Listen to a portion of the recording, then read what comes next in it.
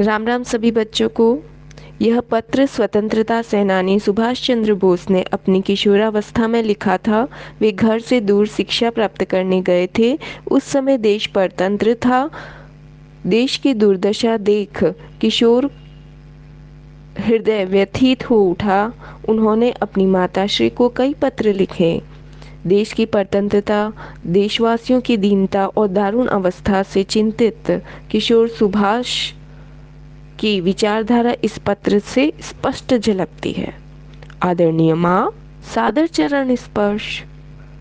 आज सुबह से ही मन में बार बार विचार आ रहा है कि क्या परतंत्र भारत माता की एक भी संतान स्वार्थ रहित नहीं है? क्या भारत माता इतनी अभागी है? कहाँ है वे वीर आर्य जो भारत माता पर अपने प्राणों का बलिदान कर सकें? अब हमें जागना होगा। हम कब तक यूं देश की दुर्दशा देखते रहेंगे? 84 लाख योनियों के बाद कहीं हमें मानव देह प्राप्त हुई है। यदि इस जीवन में कोई श्रेष्ठ कर्म न कर सके तो जीवन ही व्यर्थ हो जाएगा। भगवान ने कलयुग में एक नई जाति बनाई है, वह है बाबू लोगों की। यह जाति किसी अन्य युग में नहीं थी। प्रभु ने हमें पैर दिए हैं, पर हम 10-20 कोस चल नहीं सकते क्योंकि हम बाबू हैं। ईश्वर ने हमें हाथ दिए हैं, पर हम श्रम नहीं करते। हम श्रम को छोटे लोगों का काम समझकर उससे घृणा करते हैं।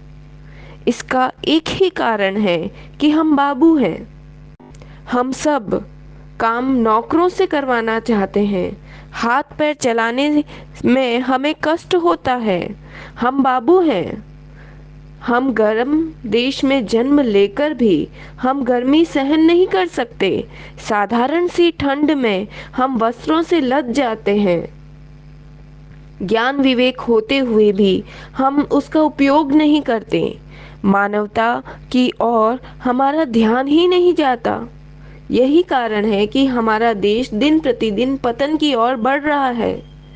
अब समय आ गया है जब हमें अपने स्वार्थ त्याग कर भारत माता की सेवा में जुट जाना चाहिए। आजकल हर पल मेरा हृदय भारत माता की रुदन की आवाज़ सुनता है। शायद एक दिन लोग भी इसे सुनेंगे। मैं चिरकाल तक भारत माँ की का सेवक बना रहना चाहता हूँ। आपका सुभाष चंद्र बोस का जन्म 23 जनवरी 1897 को उड़ीसा के कटक शहर में हुआ था।